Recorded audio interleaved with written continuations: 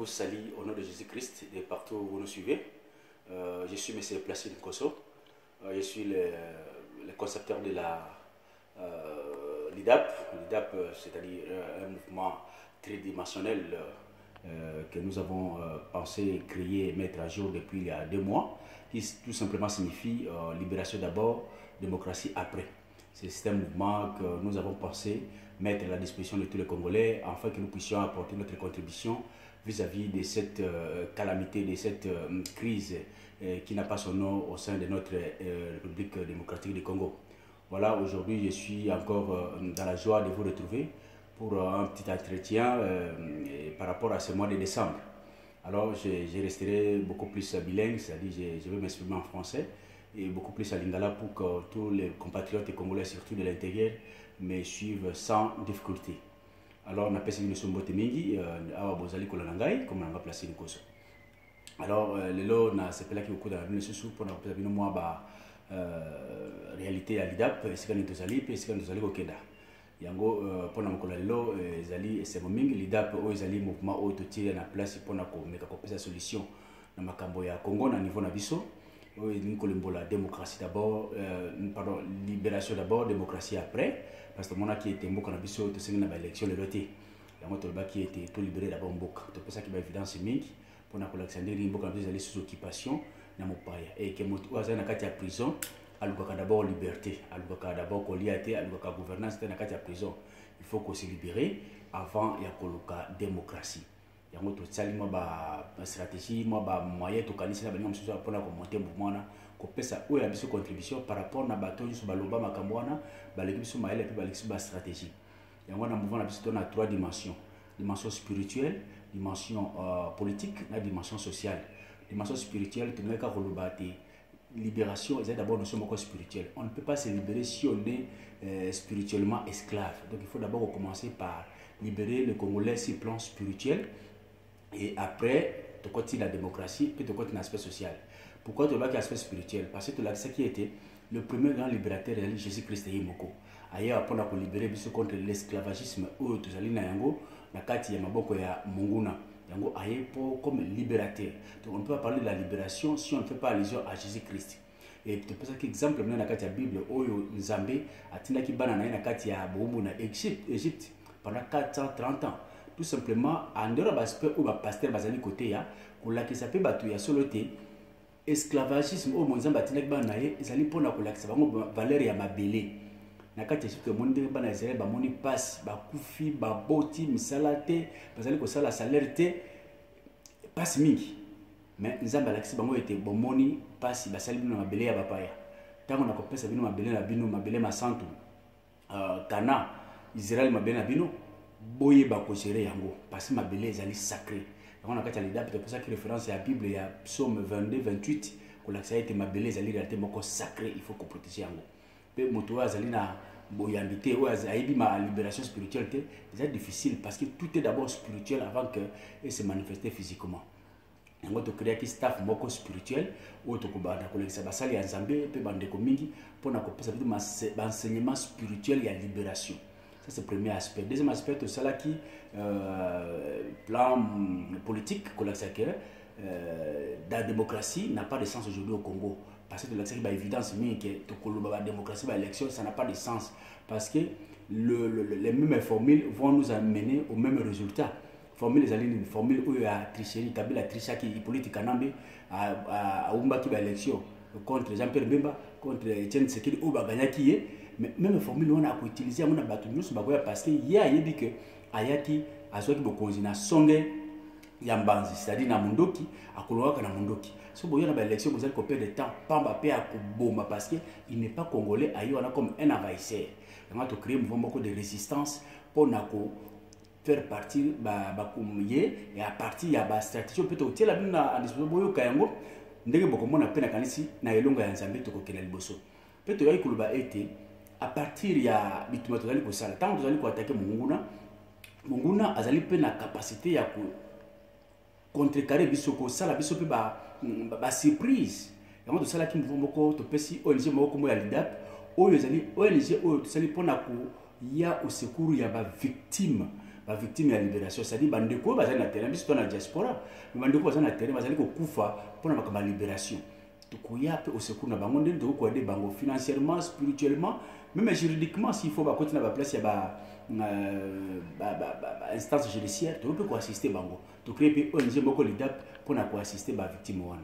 Mais le lot beaucoup plus c'est na ko peut aspect moko aspect spirituel. Il y a mois de décembre parce que à tout signer tonnerre. Mois de décembre, là, vous allez fêter partout, Noël, Mbotama, Christmas, partout. Et impact du mois de décembre, ils allaient pour un niveau solidaire.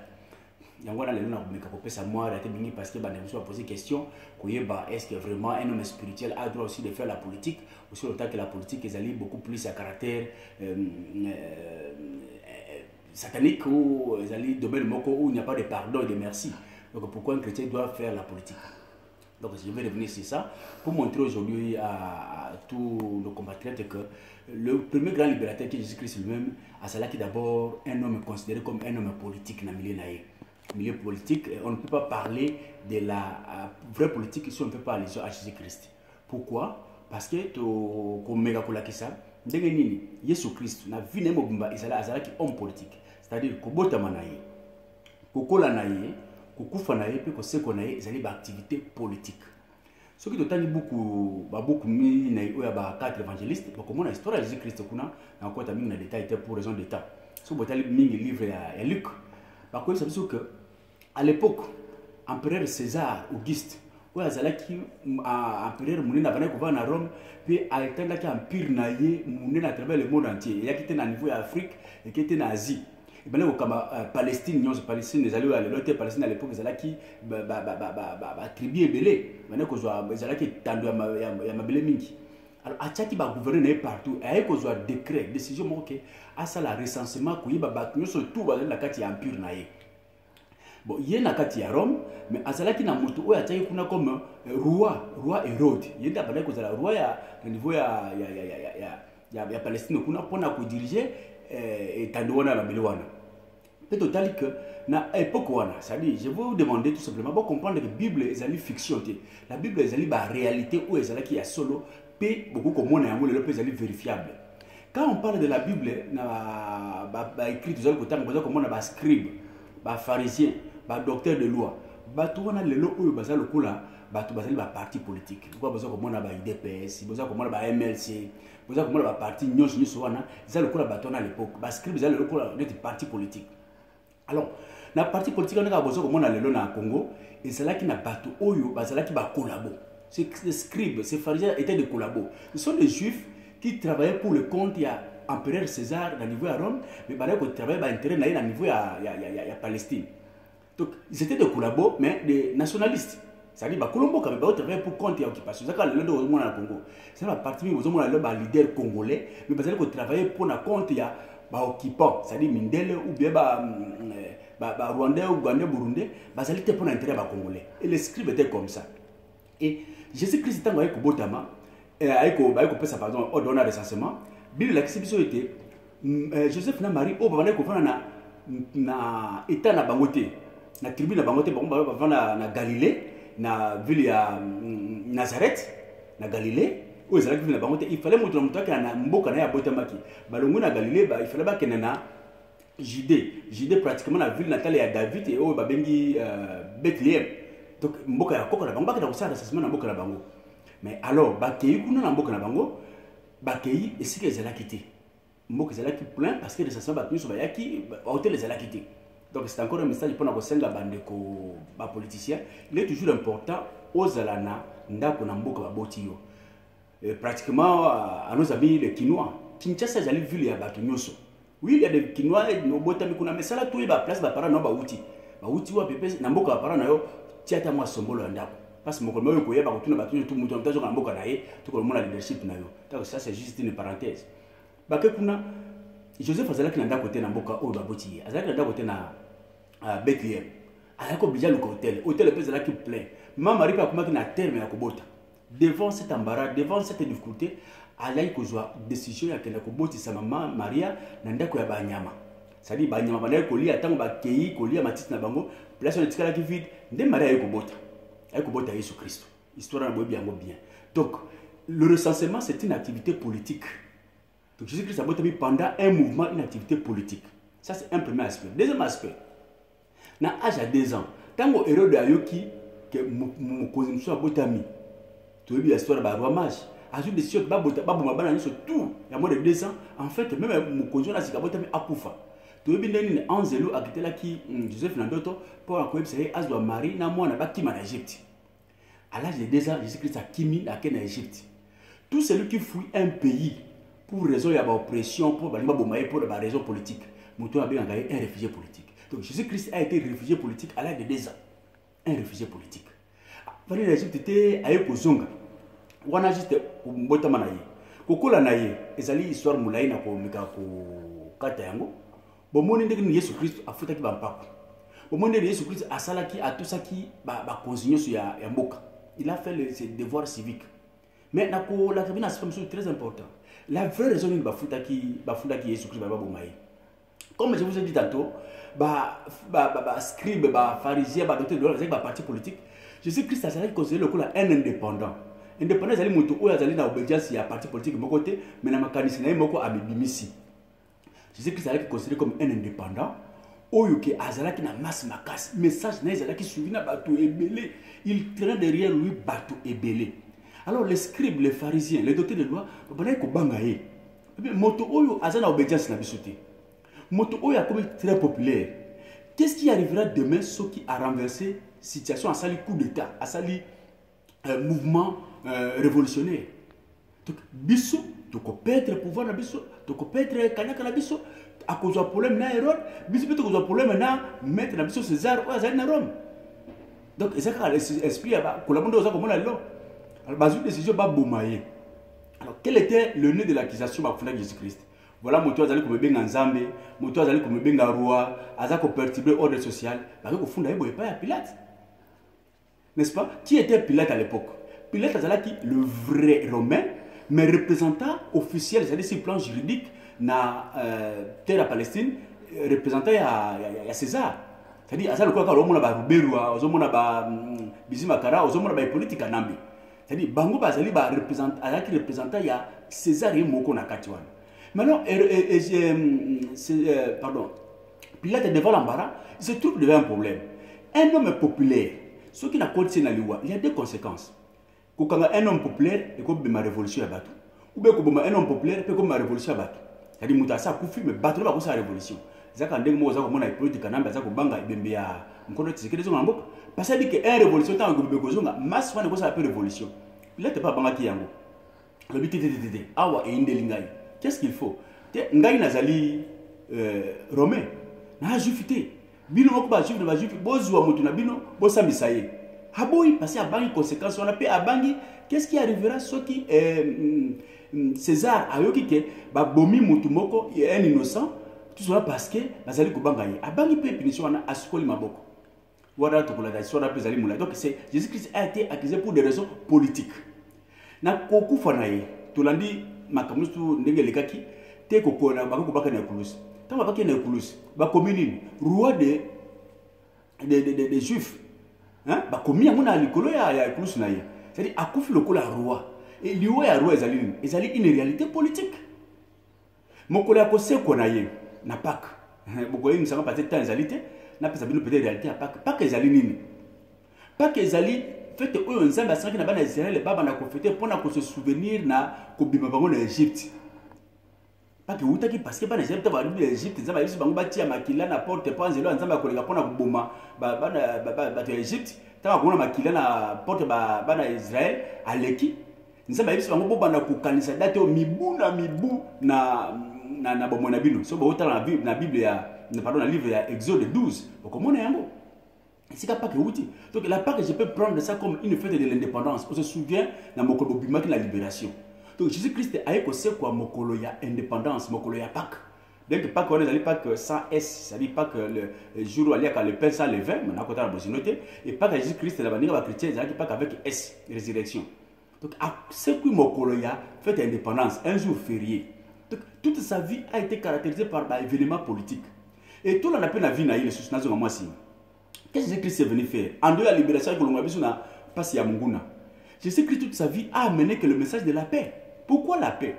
La paix, frères et sœurs, c'est ezali mot, ezali vocable oyo mutu nyonso oyo ezali na kati ya bitumba alukaka. Bible la biso que il y a eu la guerre sur le livre de Révélation Apocalypse à partir de 12, à partir du verset 7-12. Bitumba ezalaki na likolo entre Kadia Pemba na banzelo biso balandaki ye na banzelo batika fidèle na Yesu Christ. Mais bamota on Kadia Pemba a perdre guerre a kiti na se. Bible dit marona bino batu ya se munguna kiti pa na bino na kana nyoso.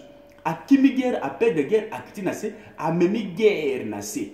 Yango mukile komi na désordre pour Kadia Pemba a kiti pomba te ayebi ete tango na ezali muke na kati ya se oyo. Jésus Christ a élu d'abord la paix. Voilà pourquoi chaque fois passé, je vous donne ma paix, je vous donne ma paix, je vous laisse ma paix, soyez en paix.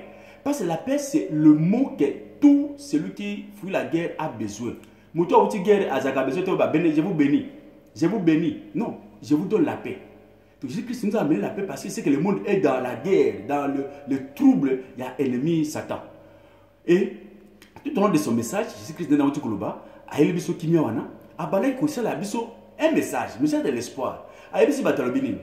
Bon mi pesa na mokili oyo te, mokili oyo kotikala, mais bon mi pesa na mokili ezali koya onga na koyela bino. Mokili nanga ezali malamu, royaume nanga ezali malamu. Il n'y aura pas la faim, il n'y aura pas la mort, il n'y aura pas de maladie, beaucoup vont na libela na libela. Bon mi pesa na mokili oyo te ezali éphémère. Qu'est-ce qu'on appelle ces messages là? En politique, on appelle ces messages là propagande. Jésus-Christ est venu faire la propagande de son royaume. N'est-ce pas? C'est une réalité politique. Donc, aïe, que ça va tout que, Tommy pèse, c'est ça quand la élection, député, bon pour voter ngai, tant on a koma, na ko sale la bino, tant on a koma, na ko la bino boy, na ko kitila bino likolo, na ko la bino avion. Mais ils allaient propagande. Mais la différence entre Jésus-Christ c'est que Jésus-Christ message naïe, ils allaient que message centré sur la vérité et l'amour. Pena eloko yaza ko maîtriser parce que il est le maître même de l'avenir. Tant ça ko yebisa avec autorité et certitude parce que tout lui appartient. Mais par rapport à la politicien na biso ya lokuta, message ali centré sur le mensonge et la haine. Il vous dit quelque chose qu'il n'est pas capable de faire. Na ko la bino avion, na ko la bino tracteur, na ko la bino bobowe. Mais il n'est même pas capable de faire ça, c'est le mensonge, la ruse.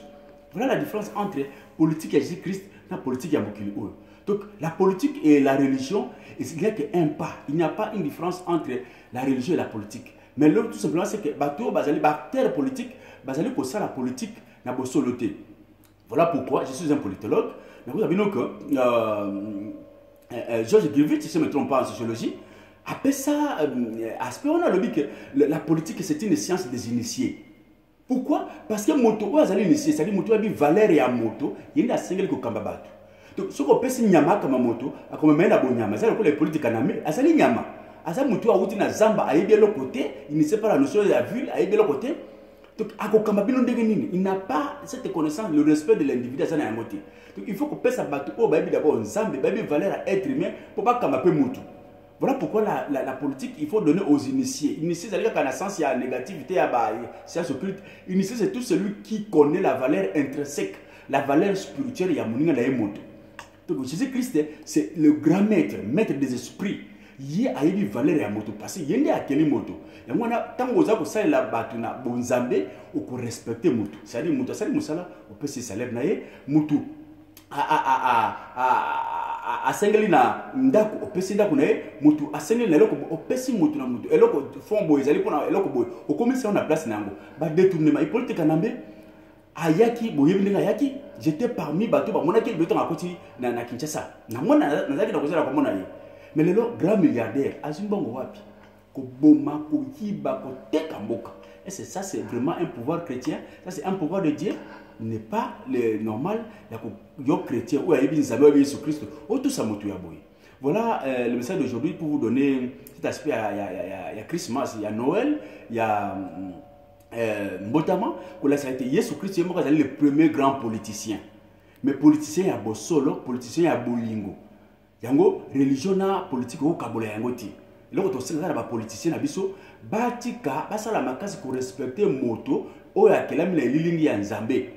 pomba te soki ozali kodirige moto na kobanga nzambe okopesa ye lokumu mpo kodirige mboka kozala malamu par rapport na bato oyo bamisala bango kaka koboma parce que maître na bango ezali kadi ya mpemba oyo azali maître ya mokili oyo nasalaki émission moko euti koleka kolakisa ete ye azali mokolo mokili oyo amelaka makila zali ntango baza koboma bato nti na mois de décembre oyo bazali kopesa makila ezali kosopana ye azali komelaka azali kosepela mpe azali kopesa bango bagrade.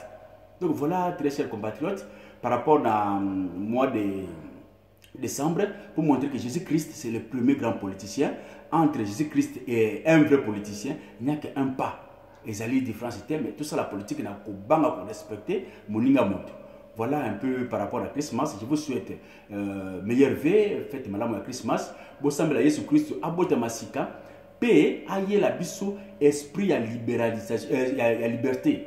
Ko libérer biso na esclavagisme oyo to koti na kati ya Congo apesa biso esprit wana pona ko ba ko revendiquer ba droit na biso pamba ke tango za ko revendiquer droit na yo na kombo na Yesu Christ elongo za déjà kati na yo elongo za kati na yo pamba te faut ko banga moto oyo abominzo to pe ya ko sambisa molemo mais politique na mene rien il va mourir même azape moto ata le pa ko sala za ba ko kufa n'est rien alors banga nzambe yi ba ko revendiquer droit na yo tango mitiki moto colonisé ko beto te fimbo lokwa to ko mona ba chinois ba za ko bomba ba congolais pa tamboli pa akei yo be botiki yeboka ngaye botiki pe akei wona ezali yo mokomi zoba ezali komi zoba alors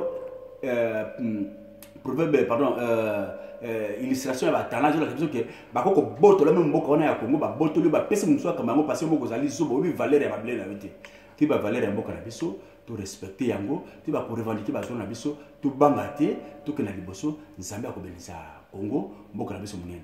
Que Dieu vous bénisse, bonne fête ya Noël bob matin pour na makama politique kilikili mboka na usambela Yesu Christ pour na bolingo na épée pour na bolingo ekolo. Que Dieu vous bénisse, merci.